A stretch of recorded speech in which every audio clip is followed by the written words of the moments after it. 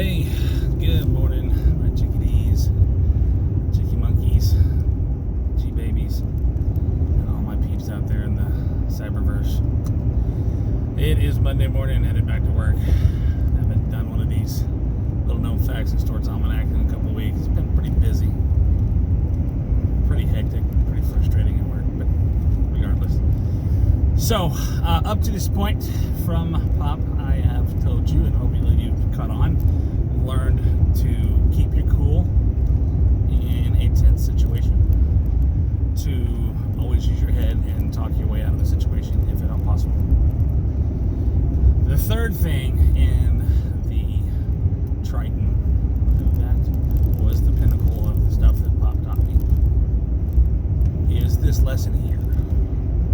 No matter how smart you are, how good you can talk your way out of the situation, how good of a person you are, there is always going to be somebody that just doesn't like you. They will be mean. They will want to fight. And sometimes you'll have no choice. Sometimes your back will be in a corner and you will have to fight. In those times when you have to fight with everything you have. If you cannot beat them with your fists, pick up a stick. Because at that point you've given them every chance. And your back is against that wall. And if only one of you is going to walk away, make damn sure it's you. Now, the story with that lesson. So,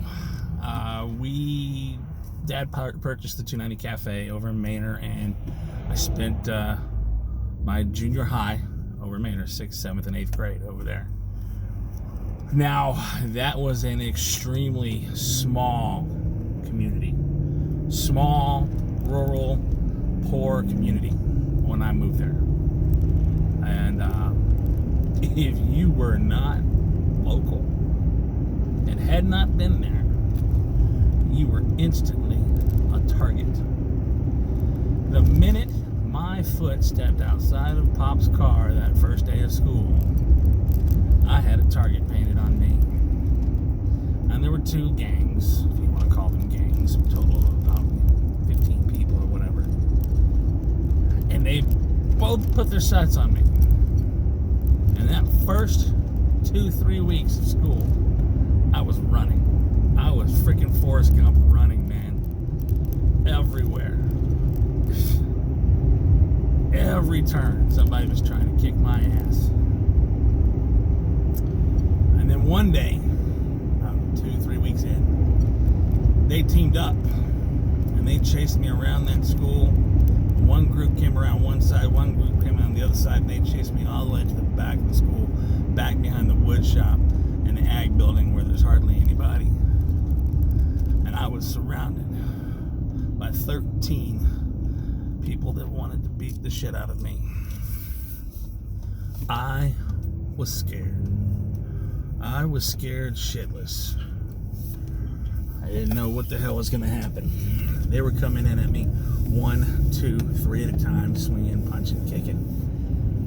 And I was trying to bat them away and knock them away. But I was a young kid. I didn't know how to fight or nothing like that. Not for real. They kept coming in. I thought for sure I was going to just end up, I don't know. I thought this was it. And then, out of nowhere, in the back of my head, I heard Pop's voice. He said, if you can't beat him with your fist, pick up a stick, son.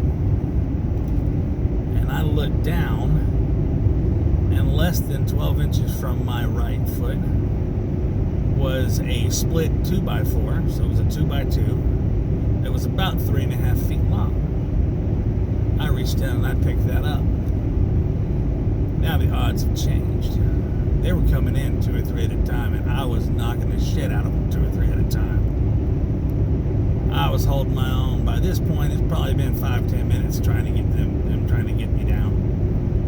And I'm batting them away. They're getting bloodied and bruised and stuff. And then the biggest son of a bitch of them all, Shane, I remember his name well, comes running up behind me and flat punches me right on the back of my skull.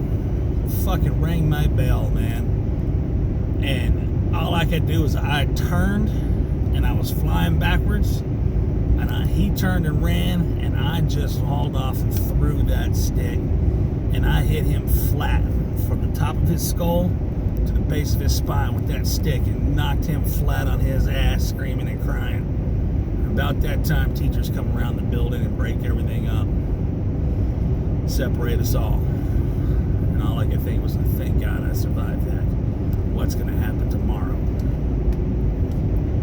So the next day, I'm sitting in the lunchroom by myself, just trying to get through this damn day.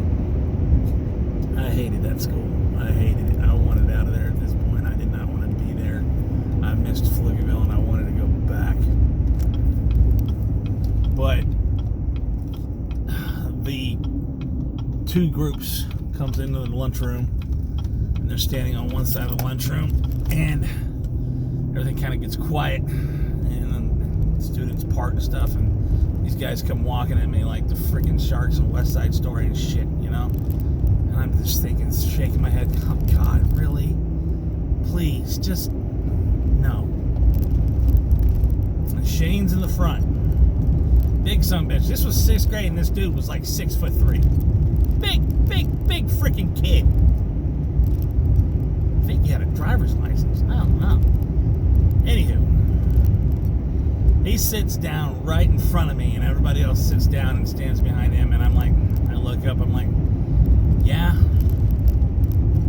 And he just looks at me, looks at everybody else, smiles and says, you got me pretty good, man. I got a big scar from all down my back. That was a good hit. You're all right. And he got up and walked away. And from that day forward, they left me the hell alone. And honestly, Shane became a friend for the time I was in Manor.